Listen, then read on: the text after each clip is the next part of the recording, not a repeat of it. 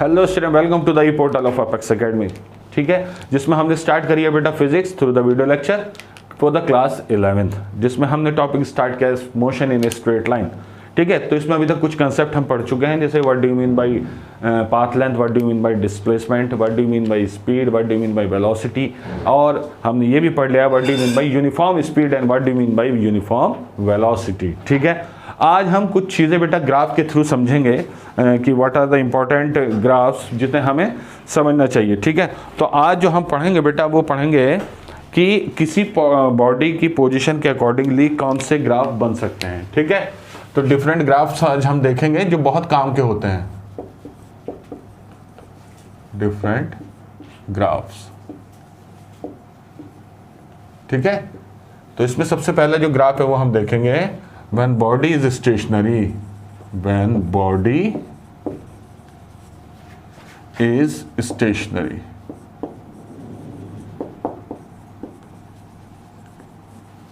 जब body stationary है तो क्या सीन है, कैसे आपका ग्राफ बनेगा, क्या होगा। ठीक है, ठीक है, तो इसमें हम देखेंगे बेटा पोजीशन टाइम ग्राफ, पोजीशन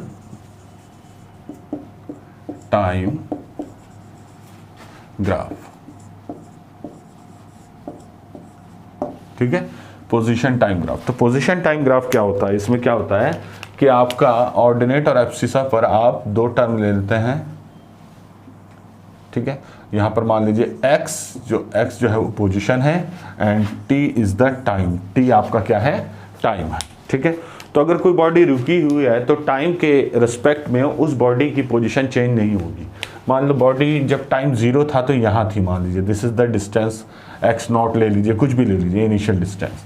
तो आप टाइम के साथ साथ अगर ये पोजीशन कांस्टेंट बनी रहेगी तो बेटा हम कहेंगे कि body is at rest, body stationary है, रुकी हुई है। ठीक है, क्योंकि आप देख रहे हैं टाइम के हिसाब से x पोजीशन में कोई भी फर्क नहीं आ रहा है, किसी भी तरीके का चेंज नहीं आ रहा है। तो ये तो हो गया जब बॉडी आपकी स्टेशनरी है। ठीक है, जब बॉडी आपकी यूनिफॉर्म वेलोसिटी से मूव करती है, अब हम यहां पर ले लेंगे second case when body is having uniform motion, जब बॉडी की मोशन जो है वो यूनिफॉर्म है तब क्या होगा बेटा, तब कैसा ग्राफ बनेगा। अब आप देखेंगे यूनिफॉर्म मोशन का मतलब होता है कि सेम टाइम इंटरवल में सेम डिस्प्लेसमेंट कवर किया गया है। ठीक है, सेम टाइम इंटरवल में same displacement same time interval में सेम डिस्टेंस या सेम डिस्प्लेसमेंट कवर किया गया है, तब वो बेटा मोशन जो है यूनिफॉर्म बन जाती है। ठीक है, तो इसमें जो ग्राफ होगा बेसिकली वो ऐसे आएगा बेटा, जैसे जैसे टाइम बढ़ेगा वैसे वैसे यूनिफॉर्मली एक्स भी बढ़ेगी। ठीक है, अब सेम टाइम इंटरवल के लिए मान लीजिए कोई भी टाइम इंटरवल ले लेना आप नोटिस करेंगे, मान लो यहाँ से यहाँ तक का टाइम इंटरवल 1 आवर है। ठीक है, तो 1 आवर के लिए बेटा ये जो डिस्टेंस है इसे मैं ऊपर बढ़ा देता हूँ ग्राफ तक और फिर हॉरिजॉन्टल लाइन खींचता हूँ ऐसे। तो आप नोटिस करेंगे ये जो डिस्प्लेसमेंट है या डिस्टेंस है ये इस टाइम इंटरवल के लिए बिल्कुल सेम आएगी, चाहे कहीं पे भी ले लीजिए। यानी कि अगर इतना ही टाइम इंटरवल आप यहाँ ले लें और इसे ग्राफ तक बढ़ा दें एक वर्टिकल लाइन से ऐसे और इसे हॉरिजॉन्टल लाइन से, तो बेटा यहाँ मान लीजिए ये डिस्प्लेसमेंट या डिस्टेंस मान लीजिए आई थी XO। इस टाइम इंटरवल के लिए मान लीजिए ये टाइम इंटरवल था आपका डेल्टा t। तो इस टाइम इंटरवल के लिए जब आपकी डिस्प्लेसमेंट x0 आई थी तो इस टाइम इंटरवल के लिए भी आपकी डिस्प्लेसमेंट जो है बेटा वो कितनी आएगी, डेल्टा t। ये भी सेम टाइम इंटरवल है। यहाँ पे भी अगर ये x0 आ गई, मैं x0 की जगह इसे डेल्टा x ले लेता हूँ, इससे ज़्यादा अच्छा पता चलेगा, डेल्टा x। ठीक है, तो आप देख रहे हैं कि same time interval delta t के लिए सेम डिस्प्लेसमेंट या डिस्टेंस मिली है, डेल्टा x। समझ में आ गई बात। तो आपका कहलाएगा बेटा एक पोजीशन टाइम ग्राफ किसके लिए है, यूनिफॉर्म मोशन के लिए, या यूनिफॉर्म वेलोसिटी भी हो सकता है, यूनिफॉर्म स्पीड भी हो सकता है। डिपेंड करेगा कि x क्या है। अगर x डिस्प्लेसमेंट है तो आपको यूनिफॉर्म वेलोसिटी मिलेगी, अगर x आपका डिस्टेंस है तो आपको यूनिफॉर्म स्पीड मिलेगी। ओके, दूसरा तरीका क्या है बेटा इसे जानने का, आप देख रहे हैं बेटा कि डेल्टा x ये डिस्टेंस हो गई ना इतनी, मैं दूसरे कलर का यूज करके बताता हूं आपको। ये distance, this is delta x, okay, ये इसकी तो बराबर है, और दिस इज डेल्टा टी। तो अगर मुझे थीटा निकालना है यहां पर इस स्लोप का, कर्व का स्लोप थीटा, तो मैं लिखूंगा बेटा delta x upon delta T.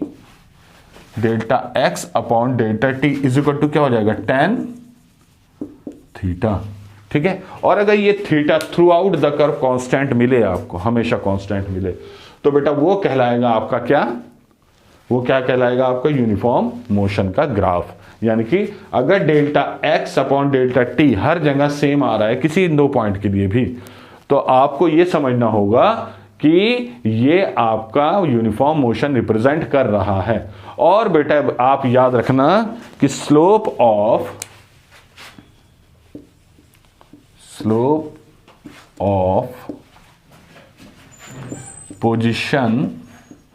Position time graph, slope of position time graph is always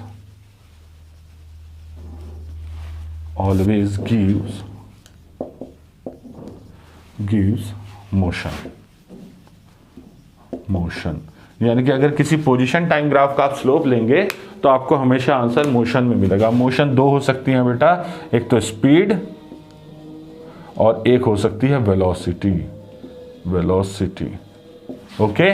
तो डिपेंड करेगा कि आप एक्स डिस्प्लेसमेंट ले रहे हैं या डिस्टेंस ले रहे हैं, उसके हिसाब से स्पीड या वेलोसिटी मिल जाएगी, लेकिन याद रखना स्लोप आएगा, ठीक है। तो अगर कोई पूछता है आपसे पोजीशन टाइम ग्राफ के स्लोप को क्या कहते हैं, आप कहेंगे हम उसे मोशन कहते हैं। मोशन आपकी स्पीड भी हो सकती है और आपकी वेलोसिटी भी हो सकती है, ठीक है, ओके। अब बात करेंगे बेटा नॉन यूनिफॉर्म, इसे मैं साफ कर देता हूं। आप बेटा वीडियो पॉज कर लिया करें और उसके बाद नोट्स उतार लिया करें, ओके।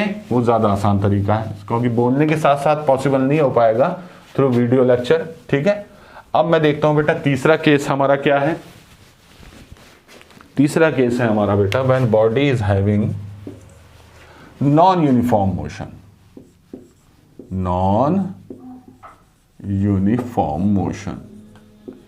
ये नॉन यूनिफॉर्म मोशन अगर आपकी है, ठीक है, तो पोजीशन टाइम ग्राफ जो है बेटा, इसमें कुछ सोचने की जरूरत नहीं है।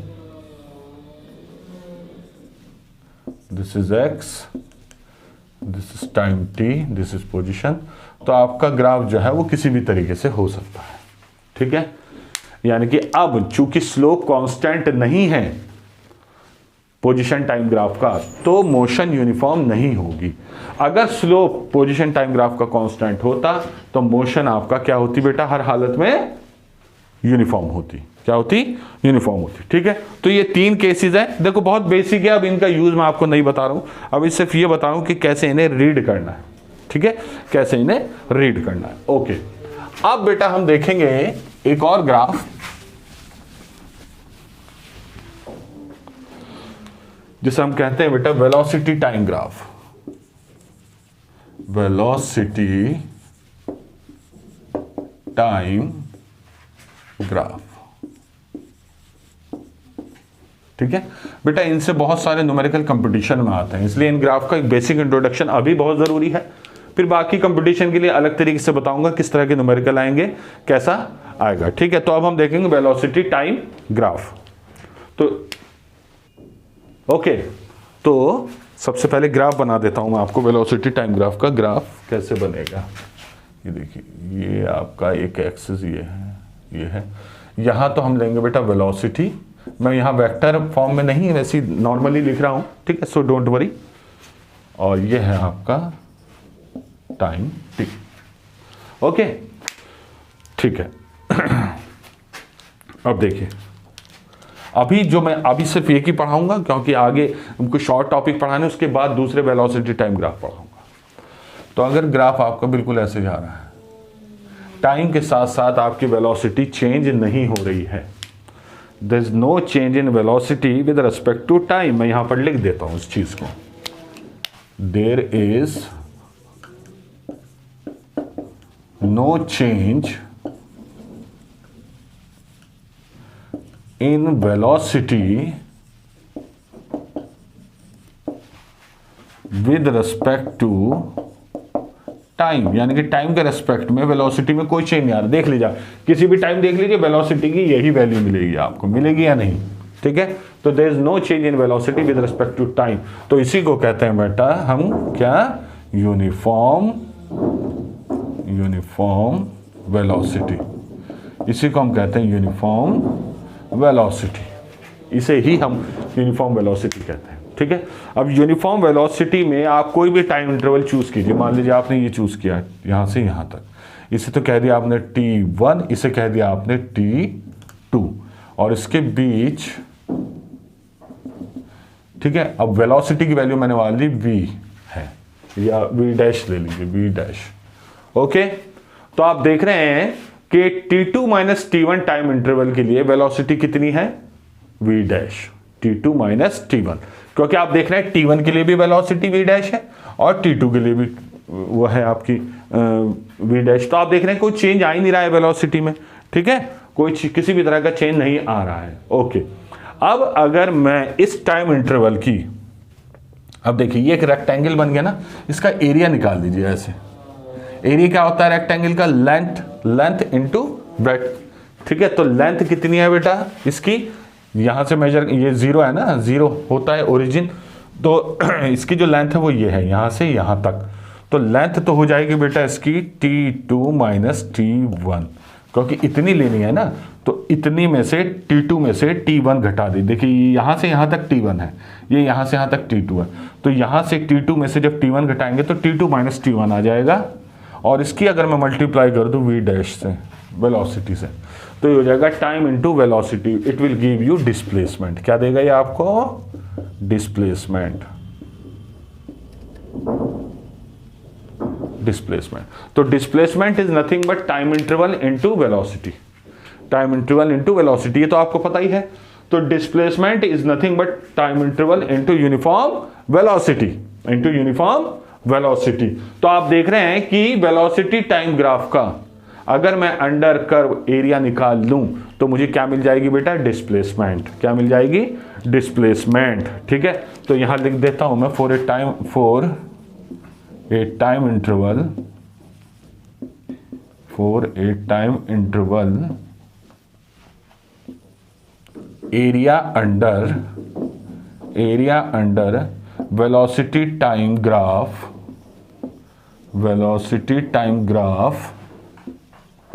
is known as displacement। ये लाइन बहुत इंपॉर्टेंट है, इसे याद रखना, डिस्प्लेसमेंट, ठीक है। For a time interval area under velocity time graph is known as displacement. तो किसी भी वेलोसिटी टाइम ग्राफ के कर्व का अगर आप एरिया निकालेंगे तो आंसर डिस्प्लेसमेंट में ही आएगा। आपको ये याद रखना है, बहुत इंपॉर्टेंट चीज है न्यूमेरिकल के हिसाब से, और कंपटीशन में तो इस कंसेप्ट को बहुत ज्यादा यूज होता है, ठीक है। तो ये आज हमने कुछ बेसिक कर्व पढ़े हैं बेटा, कुछ बेसिक ग्राफ पढ़े हैं, जिनसे हमने नॉलेज ली कि कैसे इनका यूज करना है। अभी बहुत बेसिक नॉलेज दी है, जब हम इनके बेस न्यूमेरिकल करेंगे तो आपको और ज्यादा क्लियर होगा कि कैसे इनकी एप्लीकेशन होती है, ठीक है। अगर ये लेक्चर आपको अच्छा लगा हो तो बेटा आप इसे लाइक कीजिए, शेयर कीजिए और हमारे चैनल को सब्सक्राइब कर लीजिए, ठीक है।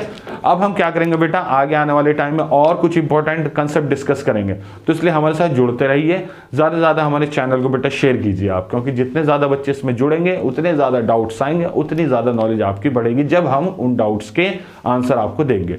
डाउट आप क्या करना है, आपको कमेंट बॉक्स में जाना है और लिख सकते हैं आप अपना डाउट कि सर मुझे ये समझ में नहीं है, हम उसे सॉल्व करने की पूरी कोशिश करेंगे, ओके। अब मिलते हैं नेक्स्ट लेक्चर में, तब तक के लिए धन्यवाद।